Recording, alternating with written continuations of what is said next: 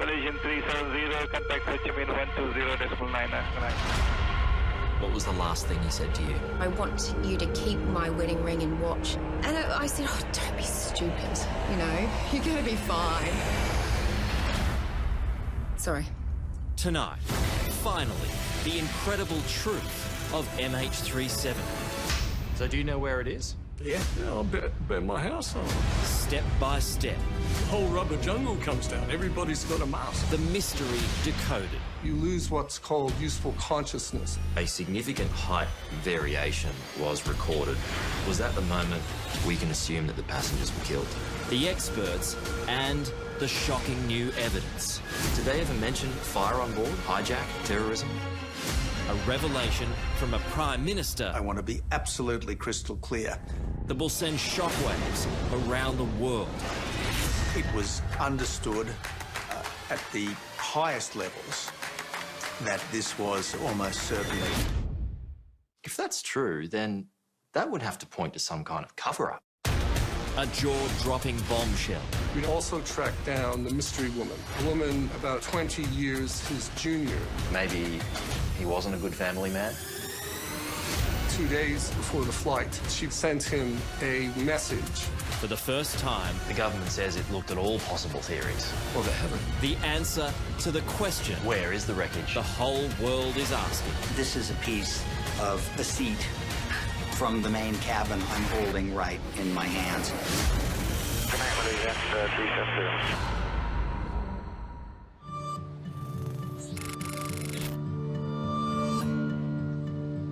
In the history of aviation, there's never been a mystery like Malaysia Airlines Flight 370. It's so significant that that flight number, MH370, is known by most people.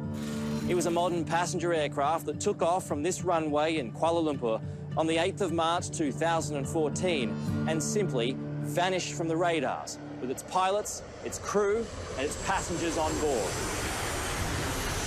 Even today, no one knows where it is, but much more is known about what happened, the alleged cover-ups, the investigative failures, and the possible motives of a pilot in command.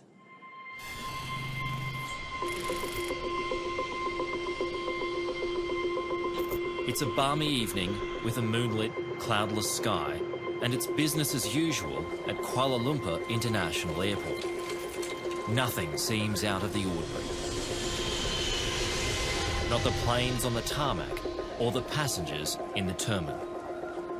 Among those passing through security, Captain Zahari Ahmed Shah, followed by First Officer Farik Hamid, the pilots of MH370. One a junior, the other a veteran. He has been flying on 777 as a captain since 1998, and he has clocked well over 16,000 flight hours, so a very senior captain.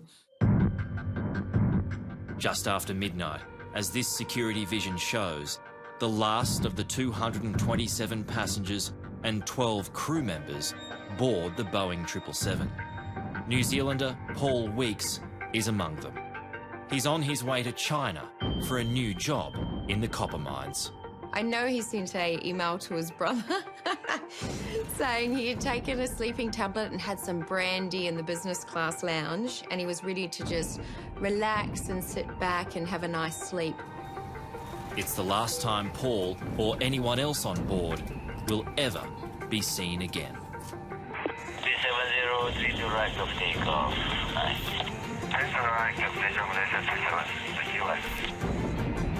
At 12:42 in the morning, local time, Malaysia Airlines Flight 370 leaves the runway.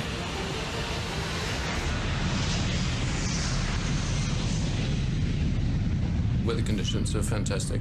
It's a really dark night, and it's about 1:15 in the morning. It flew absolutely normally for the first 40 minutes. There are a couple of interchanges about altitude, which are absolutely standard. Malaysian 370, Lumpur radar, good morning. Climb flight level 250. Morning, level 250, Malaysian 370. This was after midnight. Most people on board would have had their meal and be probably going to sleep. Malaysian 370, maintaining level 350. Malaysian 370. To all appearances, quite normal to start off with, until they got to the border area between the airspace in Malaysia and Vietnam. 40 minutes into the flight, a whole lot of things happened in very rapid succession. It's now 1:19 in the morning. MH370 is about to cross from Malaysian to Vietnamese airspace, which means responsibility for the aircraft is handed over to air traffic controllers in Ho Chi Minh. But before it crosses from one air traffic sector to another, a final goodbye and some famous last words. Good night, Malaysian 370.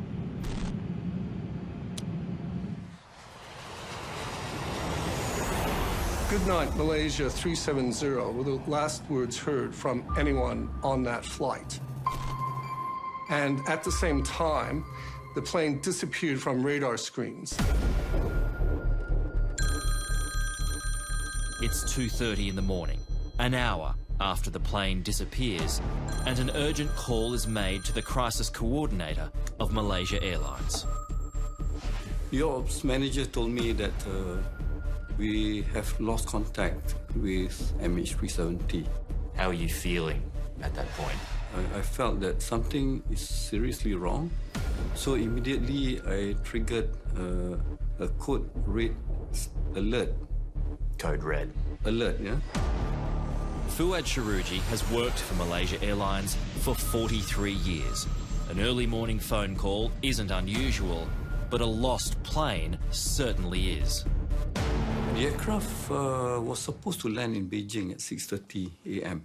So were you still hoping that MH370 would still arrive in Beijing? Yes. 6:30 a.m. in Beijing, when the plane should have landed. Delayed, flashes on the arrivals board. Panic sets in. The last point of contact is over the South China Sea, so that's where a search is launched. That was the last known location. So our assumption is that the aircraft has probably gone down in South China Sea, and for whatever reasons that we cannot explain, we do not know. Fuad Sharuji's next task is the toughest of all, to find and tell family members the plane carrying their loved ones has vanished. We do not have the contacts of the families. So that was a challenge, a real challenge. No one in Australia gets the courtesy of a call from the airline. Danica Weeks is told by a reporter her husband is missing. I got a call from a lady in New Zealand and she asked for Paul. And I said, oh, no, sorry, look, he's on a plane to Beijing at the moment. And she said, so you don't know? And I said, well, no. And she goes, there's been an incident with the plane. Sorry. So obviously I just assumed it was a crash. I dropped the phone. All I remember is running into the backyard, screaming. Jeanette Maguire gets a dreadful call too about her sister Kathy and brother-in-law Bob. I hung up the phone and then my husband's asking me, what is it? And I couldn't talk. And I was just at the TV, the news, and then it was all over the TV. Relatives are staying close to airports in Beijing and Kuala Lumpur, awaiting any word of what's happened to their loved ones. And they had the simulation of the flight on the screen. It was due to land in Beijing at 6:30 a.m. And my two boys were just looking at us like, what's going on? And I've said, that's Cat and Bob's flight. No news, no nothing, so still waiting. And I went outside to ring my sister Eileen.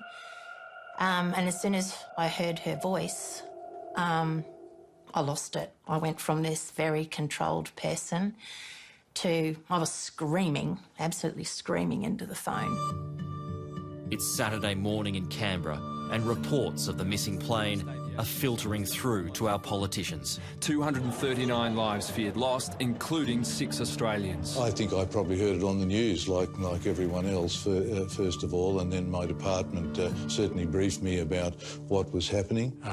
It was reported as disappearing between Kuala Lumpur and Beijing. And I thought, well, that's strange. At first, the investigation is expected to be fairly routine. There's been several cases of aircraft going down over water. The most classic one was Air France 447 in the South Atlantic. And we assumed at that point, on the absence of any other information, that it was most likely that sort of event. Australia's Prime Minister at the time is Tony Abbott. I rang the Malaysian Prime Minister and I offered Australian assistance. At that stage, we thought that the plane had disappeared somewhere in the South China Sea. There are sightings of oil slicks off Vietnam and possible floating debris, but all prove false. We have not found any wreckage, no wreckage whatsoever. Warren Truss is Tony Abbott's deputy and Transport Minister. Australia immediately deployed resources to assist with the search in the waters near Vietnam, and we were a part of something like 30 nations involved in that search in those early days. The search finds nothing because MH370 isn't in the South China Sea.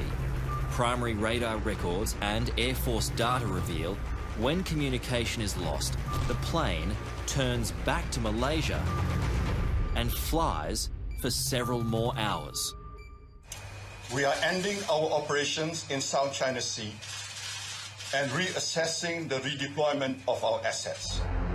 When MH370 crosses from Malaysian to Vietnamese airspace, there is a catalogue of errors by air traffic controllers from both countries that coincide with some very deliberate actions in the air. The transponder was turned off, ACARS was turned off. All the communication equipment was turned off so that the aircraft went dark. That means you're not visible on civilian radar.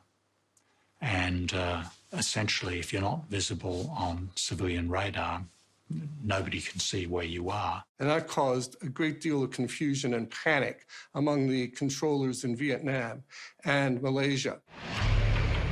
Air traffic controllers in Ho Chi Minh should have made contact with the plane within 5 minutes of MH370 crossing into its airspace. It takes 20 minutes before they act. No one's monitoring in a live fashion the primary radar screens. Everyone's asleep on the ball. In fact, it turned out that the Thai air traffic controllers were paying attention, saw this aircraft, but thought, oh, well, it looks like it's going back into Malaysia, and decided it was Malaysia's responsibility. So if it was a deliberate tactic, that tactic worked. It confused the two countries' air traffic controllers. 2 minutes after communication is lost, MH370 takes a 40-degree turn to the right and then banks left with a long and deliberate 180-degree turn, meaning the plane tracks almost directly back across the Malay Peninsula. Manoeuvres only someone flying the aircraft can implement. To achieve that turn, the aircraft could not be used to be flown on the automatics of the aircraft. So you'd have to take the autopilot out. The autopilot would have flown itself to its programmed destination, Beijing. It didn't. Someone reprogrammed the flight management system computers. Data shows once the plane flies across the Malay Peninsula, it turns around the island of Penang, flies up the Malacca Strait and across the Andaman Sea. It's even seen on military radar, but no one acts. The military radar spotted the plane, but they assumed that it was a friendly aircraft.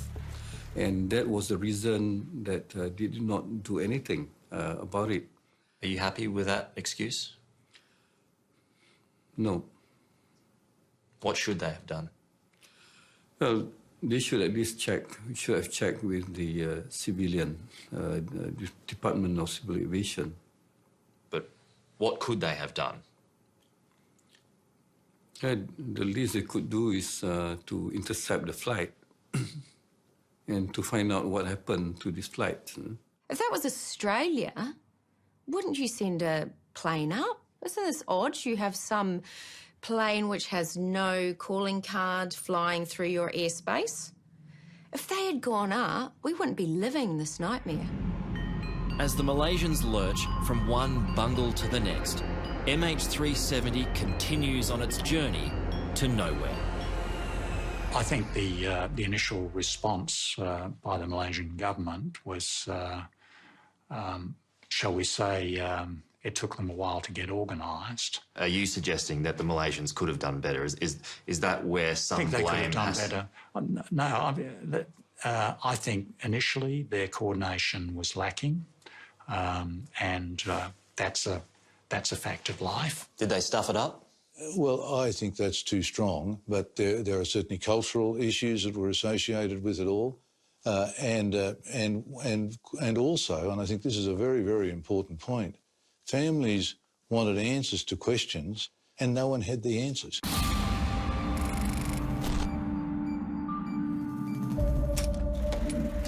When MH370 first disappears, terrorism is immediately suspected. But could it be one of the pilots or one of the passengers? In the government's official report, it referred to the potential of a third party being involved. What was the third party, or who was the third party? The third party could be anyone else apart from the crew who actually entered the cockpit and took control of the aircraft. What do you think the chances are of that? Well, there is, again, another probability. There is a possibility that it can happen. This idea is seriously considered. There are 2 Iranian citizens travelling on false passports. But that possibility is discounted by experienced pilot Byron Bailey. Well, you're saying in that 2 minutes from when the captain said goodnight, we'd had to get past the cabin crew, through a locked reinforced door, overpower the pilots, remove a pilot from his seat, get in the seat, turn everything off, and then commence a manually flown turn. And he would have to have been a very, very experienced Boeing 777 pilot to do that, all within 2 minutes. Not possible. Not possible.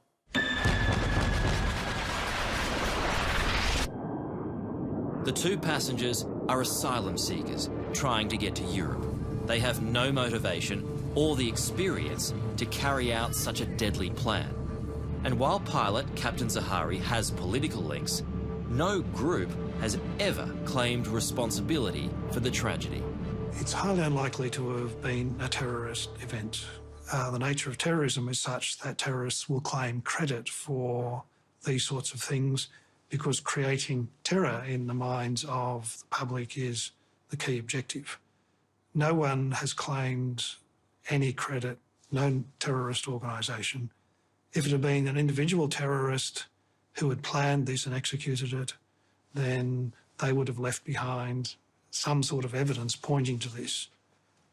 Otherwise, it's pointless. The search is expanded to cover the east and west of the Malay Peninsula, and the focus shifts to a potential fire.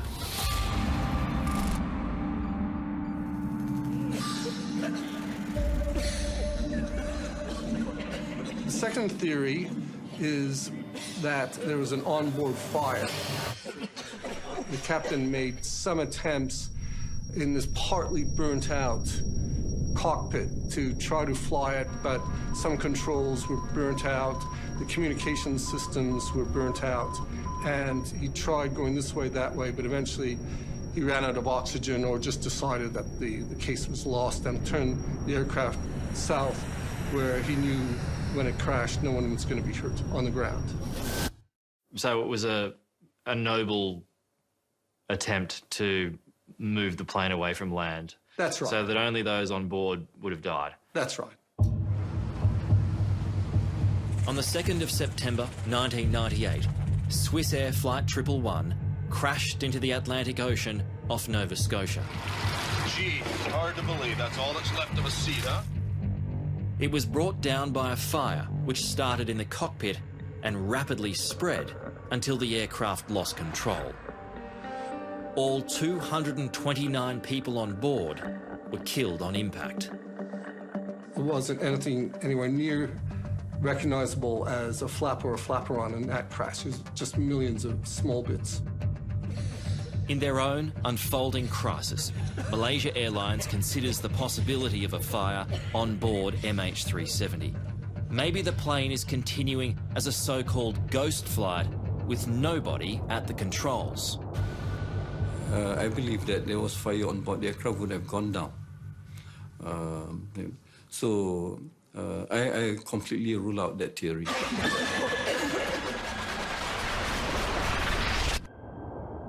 There's nothing in those accident-type scenarios, fire scenarios, that explains the observed flight path of the aircraft.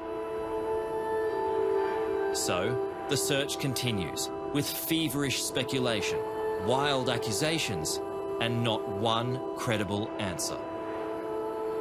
There was no logical place it could have landed safely without people knowing about it, so I guess we assumed immediately that it was lost. The idea that more than 200 people have just disappeared, literally disappeared off the face of the earth, it's haunting, absolutely haunting. Coming up. There is this system which not even pilots knew about. In this case, about every hour, there's a satellite handshake. The aircraft will send a signal to the satellite. I didn't know about that. He wouldn't have known about that.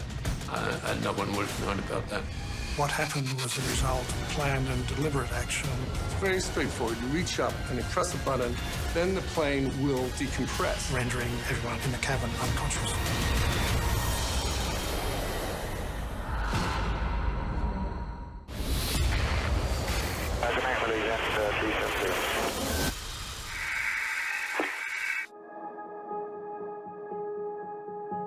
Danica Weeks was lucky in love. She was a young traveller out for adventure when she met Paul, the man of her dreams. He was an amazing man, extremely intelligent, tough. He was from the New Zealand Army. We met in the Hofbrau house at Munich Beer Fest, moved in 2 weeks later, and look, it was love straight off the bat. It may have been a whirlwind romance, but it led to a wedding and 2 little boys. Paul and Danica were together for 14 years. I'd like you all now to raise your glasses and join me in a toast to my beautiful bride, Danica. They had planned on celebrating their 10th wedding anniversary by watching this video. It was one of their many plans that would never happen. We had plans that we were going to live down the road from the boys when they were older, whether they liked it or not. And all these plans we had, and he had this amazing job, and life was good for us. It was really good. He was an incredible man. You moved in quickly. What was it about him that struck you that you thought, well, this guy's a keeper? Oh, everything about him just drew me to him. Incredible man, beautiful family man too. I knew he'd be amazing with children. He was with the boys. Paul Weeks was on his way to China to work in the Rio Tinto copper mines in Mongolia after an induction course in Beijing. It was his first trip, and he was excited. This is Paul playing music with his young sons the day before he left. Like before he left, we were sitting outside having a glass of red wine together in Perth, and he said to me, I am so happy right now. He said, I have you, I have the boys, I have this amazing job that's ahead of me. He was so excited, and that's the one thing I hold on to. Paul would still be alive if he caught the plane he was supposed to. Fate dealt a cruel hand after a late flight change. At first, he was booked on Cathay Pacific, and it was only a day and a half before he got on the flight that it changed to Malaysian Airlines. What was the last thing he said to you? when he was heading off to Mongolia, he said, look, I can't wear my wedding ring and watch on site. Obviously, they're not allowed to, working with big machinery. And he said, so I want you to keep my wedding ring and watch and give the ring to the first son that gets married and the watch to the second son. And I said, oh, don't be stupid, you know. You're going to be fine. You'll go there, come back. On the 8th of March 2014, MH370 disappears. It triggers one of the biggest searches in history, from the South China Sea to the Andaman Sea, a search that's about to expand into uncharted territory, thanks to an unknown satellite. I didn't know about that. He wouldn't have known about that, and no one would have known about that. There is this system which not even pilots knew about until MH370, which is that although he turned off all these systems he could turn off, there's one which emits via satellite data from engine performance. And the way it works is that, in this case, about every hour, there's a satellite handshake. The aircraft will send a signal to the satellite with data on it, and the satellite will respond, but then transfer that data to a ground station. In this case, it was actually in Perth in Western Australia. Every hour MH370 is flying, satellites pick up an automated ping from the engines. So the plane is clocked until one final handshake on what's known as the 7th arc. That 7th handshake produced a band, which is an arc, and that's where the science suggests the aircraft would be, somewhere on that arc, but we don't know where on the arc. Data stops as the plane crosses the 7th arc, which means that's where MH370 ends its journey. It's run out of fuel. The wreckage is in the southern Indian Ocean, a few thousand kilometres off the coast of Perth, so Australia's involvement scales up dramatically. Australia had responsibility for that search and rescue area, and so we were asked to lead in the search. We had several ships, we had several planes, and we maintained that intensity for several weeks. Looking at an area approximately 1,500 miles to the west. And obviously Australia put upwards of $100 million into all of this, even though we were by no means the majority nation in terms of those who were lost. The search covers 120,000 square kilometres, some of the most inhospitable and unexplored terrain on the planet. It's a very stormy part of the ocean. The seas that the search ships were dealing with were at times up to 15-metre swells. We're talking about an area of the Indian Ocean that's of the order of 4 to 6 kilometres of depth. The ocean floor itself is uneven, hills, mountains, valleys, extinct volcanoes, major fault lines, and all of this obviously in the dark. 21 aircraft and 19 ships are dispatched to the area using highly advanced underwater sonar equipment. If there is anything down there, we will find it. We owe it to the families of those people to do no less. It becomes the biggest search in history, and it needs an experienced coordinator. A call is made to Sir Angus Houston. I spent my whole life looking for people who were lost from time to time, so I said yes. I didn't hesitate. But the veteran military commander dampens expectations early. I didn't see how we could possibly find it, given the information that was available at that stage. If we look at Air France 447, the last known position was basically precisely known, and it took them 22 months to find the aircraft. The biggest problem is time. 3 weeks have passed since the crash, meaning any remnants of the doomed flight have been swept away by currents. Vital clues lost to the vast southern Indian Ocean.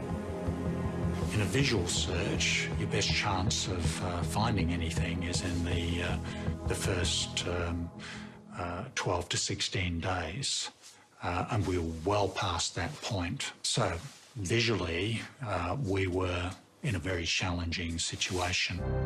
Debris is spotted, but it's not from MH370. Then, a breakthrough. 2 distinct pinger returns were audible. Significantly, this would be consistent with transmissions from both the flight data recorder and the cockpit voice recorder. It seems the mystery is finally solved. Yes, we became quite excited when they came up, most definitely. The ship's using the towed pinger locator. In coming days, Mini-subs are deployed to look for the wreckage, but nothing is found. The pings were false alarms. Again, promising leads take investigators nowhere. It's tiring and vexing work. We were really anxious to resolve this dreadful, dreadful mystery, and everything that turned up that looked like it might be a clue was a moment of excitement, and everything that turned out not to be a clue was a moment of disappointment and despondency. Here's this jet, one of the most reliable jets flying, 777. It disappears, and you have loved ones aboard. Well, what happened? Well, we don't know what happened.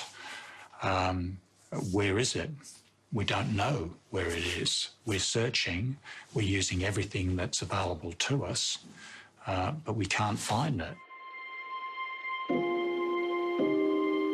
Throughout it all, the families ride every promising high and devastating low.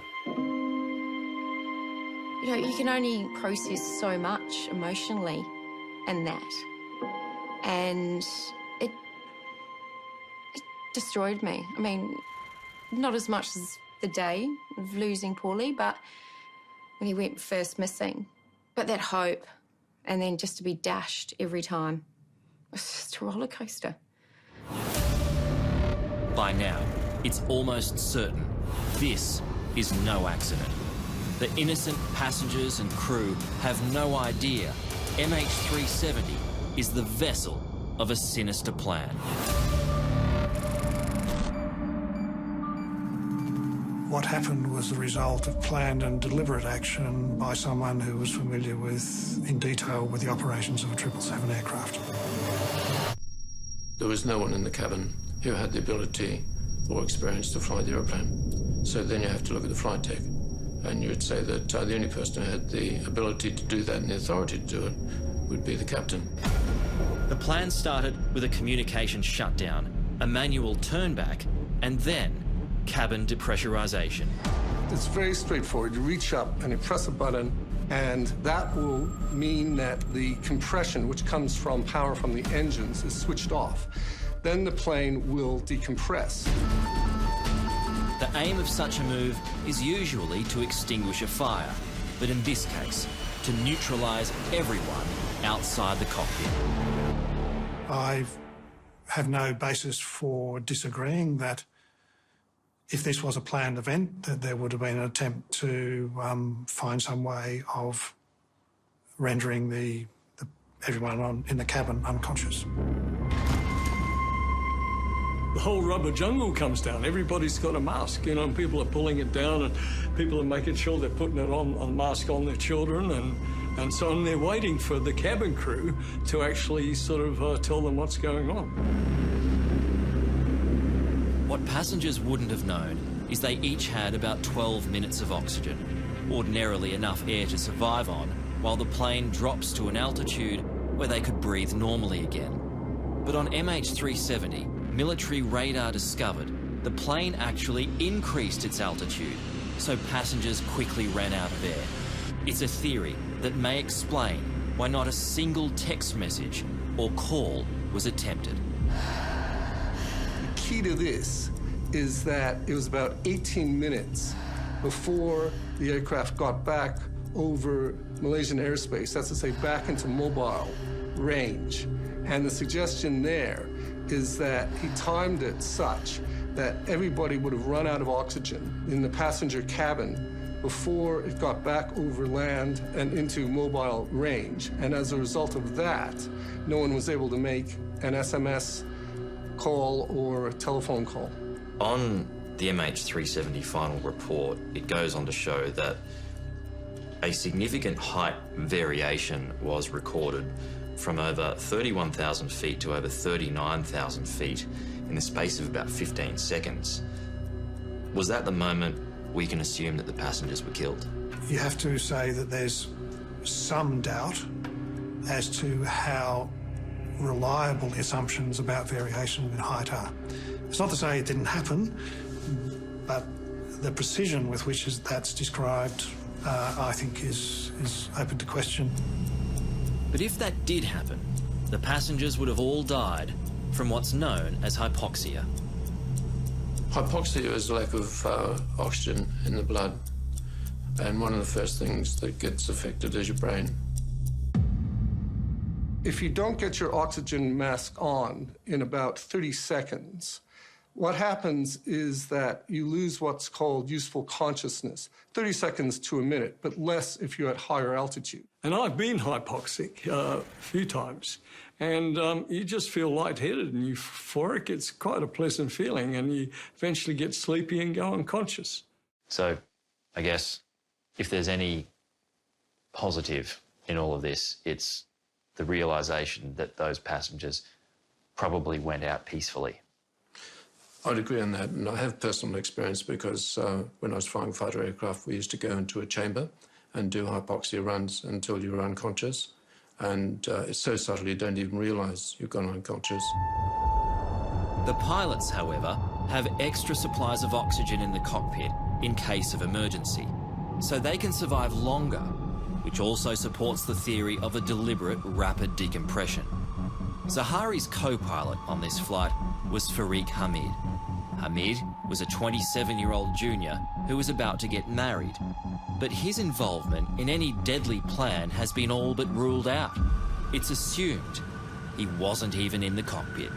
There's nothing in his background that suggests anything untoward, and to have sort of a pilot and a co-pilot both wanting to commit mass murder-suicide seems pretty unlikely. What do you suspect happened to the co-pilot?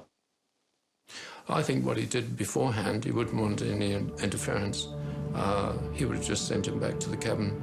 The top of climb, which is generally a fairly quiet time, you just do a bit of paperwork, sort things out.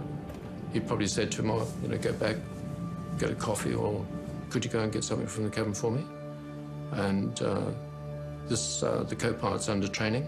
He would do exactly what the training captain would ask him to do. And once he's on the other side, just lock the door. This has happened before. On the 24th of March 2015, Andreas Lubitz brought down Germanwings Flight 9525 and crashed it into the French Alps. Lubitz, who suffered from depression, locked his co-pilot out of the cockpit before steering the plane into the mountains, killing all on board. Is this what happened to MH370? And after half an hour, he probably then thought, right, everyone's terminated down the back. He has taken out 238 problems. That's right. So he's flying a ghost flight pretty early on in the whole thing. There was something else brought up in the Malaysian investigation.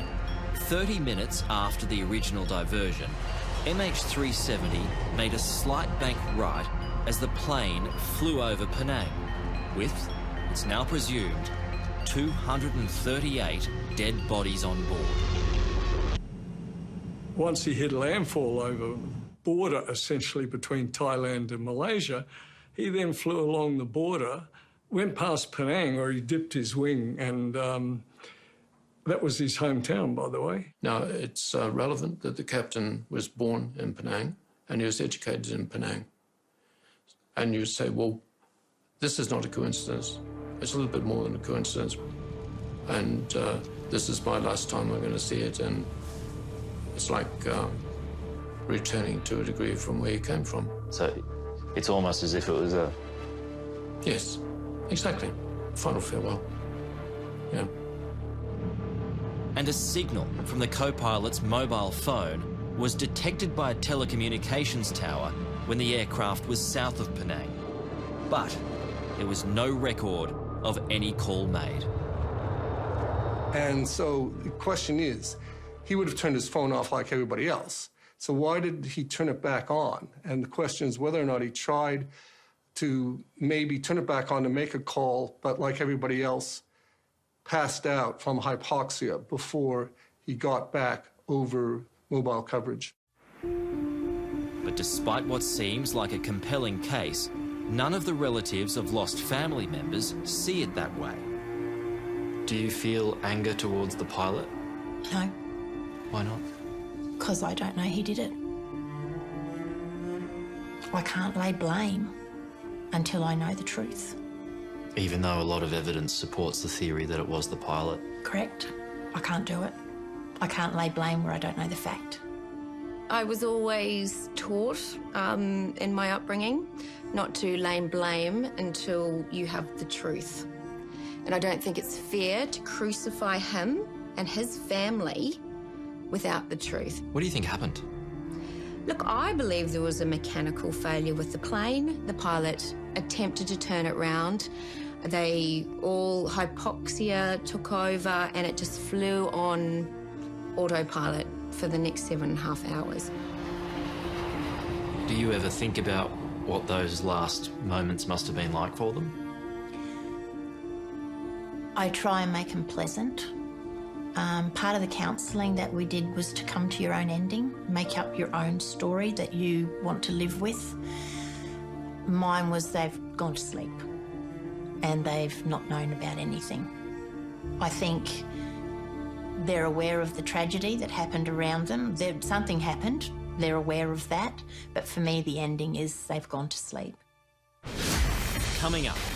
When the flaperon was found, how did you digest that news? I was relieved that they'd found something, that, okay, we're on the way to find them now. We're nearly 6 years on, and the wreckage still hasn't been found. I'm not surprised. We're looking for a needle in a haystack. We're not quite sure which haystack to look at. I don't think anyone should rest until we have found those people.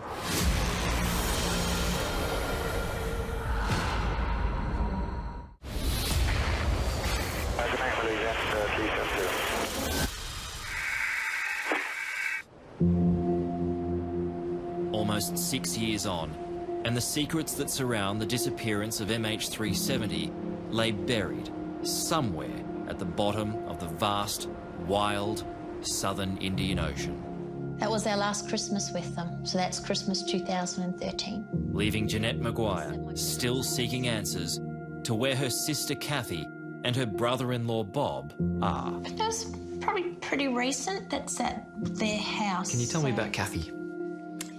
Big sister, very loving, caring, naughty, liked to have a joke, a good laugh. And Bob? Same. He was have a chat, Bob. True Australian, had some great Australian slang sentences, let alone words. Everything was as sweet as. You know, loved beer, loved wine. Kathy and Bob Lawton had just started their dream holiday. They wanted to experience Malaysia, Hong Kong, Vietnam, and they'd never been to China, so they tacked it onto their itinerary. So they went to Kuala Lumpur they were there 4 days, and that's where they caught the flight for MH370. So a 5-week trip, they got 4 days of holidays.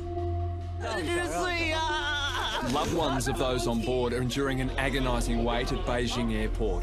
It's shaping up as the worst aviation disaster in almost 4 years. What is it like to experience death of someone so close to you, yet there's no body, there's no evidence of someone dying? I've lost some really, really close people to me. I've lost people through illness, age. I've lost my closest friend through suicide. I've lost family members from suicide. They're all really hard to deal with. But not having a body that you can say goodbye to is the hardest thing I think I've ever gone through. It eats at you constantly. I'm still here, going through this. Nobody, I know they're not coming home. I know within my own heart they're not coming home. But I've got nothing. I've got nothing to walk away from. I've got no final goodbyes. I've got no bodies in a casket that I can say goodbye to. Things got even worse for Jeanette Maguire and her family at a memorial 3 months later. That night, my dad got taken to hospital and he went from a very healthy 79-year-old man, fit, healthy, to having heart failure and kidney failure. And it was all from the shock. And we were very close to losing him. And I prayed like crazy, and I just went outside, and as I do, I reach up at the stars or the sky, and I said, don't you dare. Don't you dare take him as well. Don't you dare. And they didn't, thank you. I gave up work 3 months after March 8th, thinking they're going to find the plane. I'm going to know what's happened. You know, I'll have my memorial, or Paul will come home and I'll be back to work again. I'll get back to work and whatever. That was September 2014. And still don't know. Still back at March 8th. And it's the same for all of us because we're still stuck. Because there was no wreckage, there was always hope, no matter how slim, that somehow the victims might still be alive. But that hope was crushed in July 2015 when the first piece of the plane was found. It's clearly from an aircraft. And it washed up on Reunion Island, east of Madagascar, weathered and coated in barnacles. I was relieved that they had found something.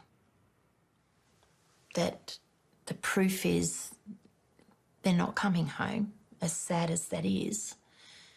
But it was a relief that, okay, we're on the way to find them now. That relief was short-lived. Very little else was ever found. On the 17th of January 2017, 1,046 days after MH370 went missing, the search was called off. This has been an extraordinary search effort, and it's been in some of the most inhospitable oceans in the world. Not one piece of debris was found inside the search zone. I'm not surprised. The Chief of Air Force at the time said, we're looking for a needle in a haystack. We're not quite sure which haystack to look at. The agony of the unknown would go on. I spent 2.5 years of my life working on this, and when you put that amount of attention, effort, emotional connection, working with the families, all of that, huge disappointment. Kathy, Bob and Paul still remain lost at sea. And for those who survive them, pain is never far from the surface. Every morning I go out and I look up at the sky. I've done this from day one. And I always say, where are you, Kath? Where are you, Bob? Is today the day we're going to find you? And particularly this was paramount when the search was still happening. I still do this today because I know that they want to come home. I know they don't want to be where they are. They're family people and they want their family to find them. I don't think anyone should rest until we have found that aircraft and those people. tomorrow night. Tanika, I'll start with you. Just a big smile on your face now. Yeah.